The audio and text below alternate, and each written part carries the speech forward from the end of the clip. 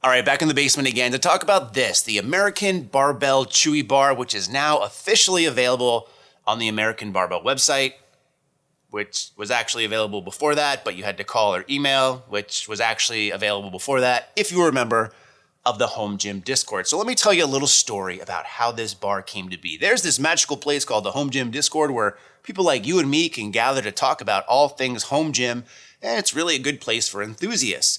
From that sprung a new endeavor where they got some manufacturer of barbells, including American Barbell, involved, where they can then talk directly to the owners and have a custom bar made. So that's where this Chewy bar came from. If you've heard of the Oni bar by Gymway, similar story there. And it's a really great community if you're interested in anything home gym related and talking shop with fellow enthusiasts. I will link it in the description box below. So this bar has been available for quite some time, and that's where I got it through initially. Home Gym Discord, shout out to you guys, you're the best. But now it's commercially available as well, which is really cool because I think this is going to be a bar that's going to get a lot of praise if you get your hands on it. And I'll talk about what I mean by that and some things that come into play when deciding on if this bar is for you or not. Now, when the boys at the Home Gym Discord initially set out to get this bar made, their intention, to my knowledge and recollection from being part of those discussions, was they were emulating or looking to emulate a kabuki style knurl on their power bar.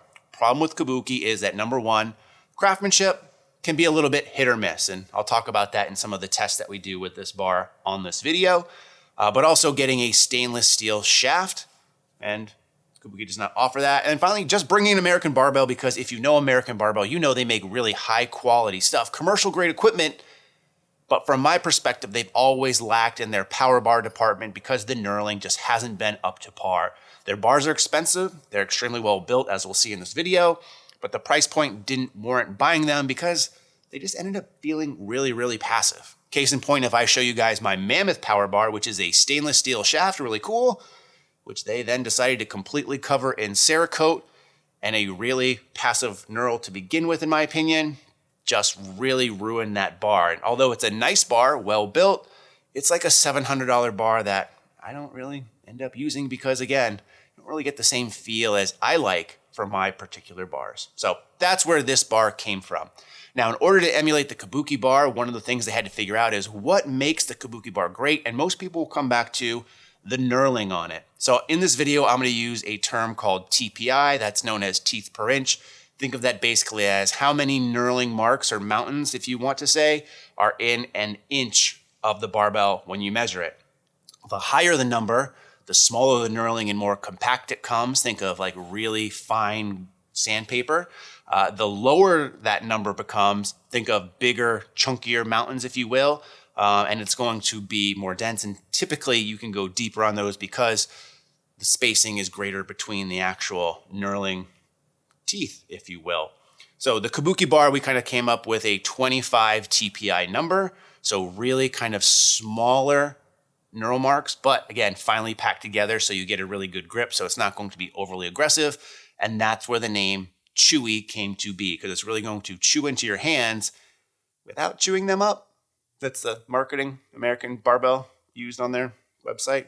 Interesting. But think of it as a really tightly packed knurl that's going to give you a lot of tiny little grip points, which is going to grab your hands really well, but it's not going to be an aggressive bar. So even though American Barbell came out and said this is our aggressive barbell, it's aggressive for them, but in the grand scheme of things, not that aggressive at all. I would say it's a very comfortable, everyday driver type barbell, but especially when you compare it to what they previously offered, it is leaps and bounds better. So that's what we're looking at here. In terms of the bar itself, it's not much different than what has been made before. There's not a lot of uniqueness past that point, but what's the selling point of this bar is bringing it all together into a complete package, because usually you have some things that are nice, but some trade-offs. In this case, there's a lot of nice things to talk about, but overall meets IPF specs, right? So you have the normal length of a power bar, you have the normal lengths that confines to what's deemed acceptable by IPF in terms of length of the center knurl, powerlifting knurl marks, loadable sleeve length, space between weights, space between collars, all that stuff is pretty standard fare. In fact, it's really similar to one of their elite barbells, which if you take a look at the end caps of this bar, that's what's actually on here because they didn't have an officially released version when I bought this. which they now have updated with an actual Chewy end cap. And the guys at the Home Gym Discord were actually nice enough to send me a couple of options if I wanted to change these out. But I'm just going to leave the American Barbell Elite end caps on there just because I like the way that they look. But for the most part, I mean, it's not anything different. What makes this bar different is the knurling because, again, American Barbell hasn't done it like this before. Now, that being said, what's a little bit different about this particular bar that I have is the bar that the Home Gym Discord initially set out to make was to emulate the Kabuki bar. So again, 25 TPI and a very mountain type knurl, so points at the end. This bar, as American Barbell was trying to figure out how to do that the best, actually came back as a 20 TPI. So the knurling patterns are a little bit bigger here, which personally I'm a fan of. I really like the sizing of the knurling of like the Ohio Power Bar or the Aggro bars. I like those bigger, chunkier knurls, if you will. And these came back as what we call small volcanoes. So they're like very smaller volcanoes as opposed to the Rogue Ohio Power Bar, which uses deep volcanoes. So this was a little bit of an outlier. So I was able to pick this bar up at a discount because it wasn't how the bars initially planned to be.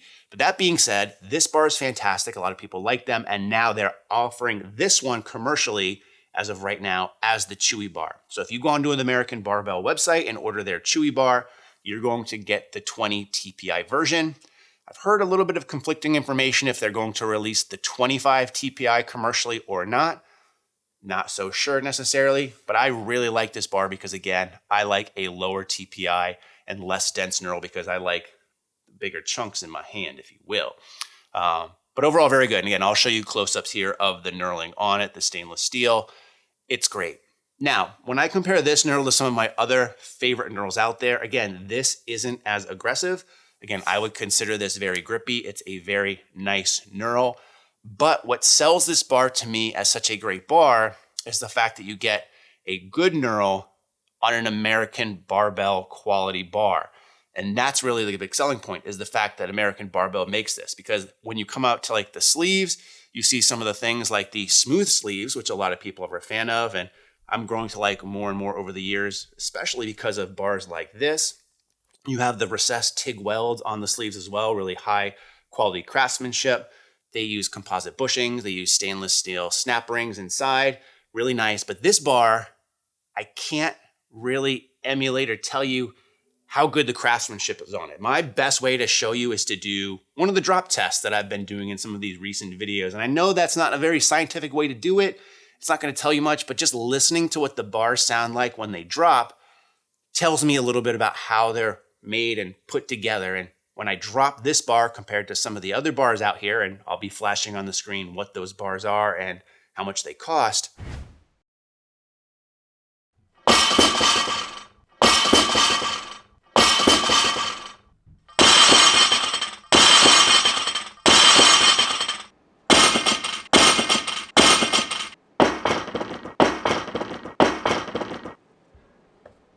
This one is far and away the winner in that. In fact, this really compares to one of my Ivanko bars that I have, which is like $600 for just a black oxide bar. This bar holds up just as well, if not maybe better. And I'll do a video on that maybe when I compare my top quality barbells as well. But you can't understate the quality of this bar at all through a video, especially when you combine the fact that it's stainless steel, hard chrome sleeves, and the hard chrome on an American Barbell sleeve is great. It doesn't flake like some other brands out there, like Rogue or Texas Power Bars, which I've seen over time. These ones have held up a lot better than those. But the stainless steel shaft with what I would consider a very good knurling. Not overly aggressive again, but really good for things like squatting, benching, deadlifting, and really a true daily driver of a barbell. Now, I've talked a lot of good things about this bar. Why might you not want to get it? Well, I think the main thing that's going to hold people back from buying this bar is the price point. So as of retail, as of today, this bar is selling for $650, which is expensive, I know. But I think when you put together the quality of it, and then also compare it to some of the other things on the market within the same price range, I do think that it makes some more sense. So like I said, this was kind of built initially to compete with the Kabuki Power Bar in terms of what it did, but with the American Barbell finishes. My Kabuki Power Bar, which is electroless nickel, which I don't even know if Kabuki can make anymore, retailed for $670 at the time of when I bought it, which was like 4 or 5 years ago now at this point. So if they offered it again now, it might even be more expensive than that.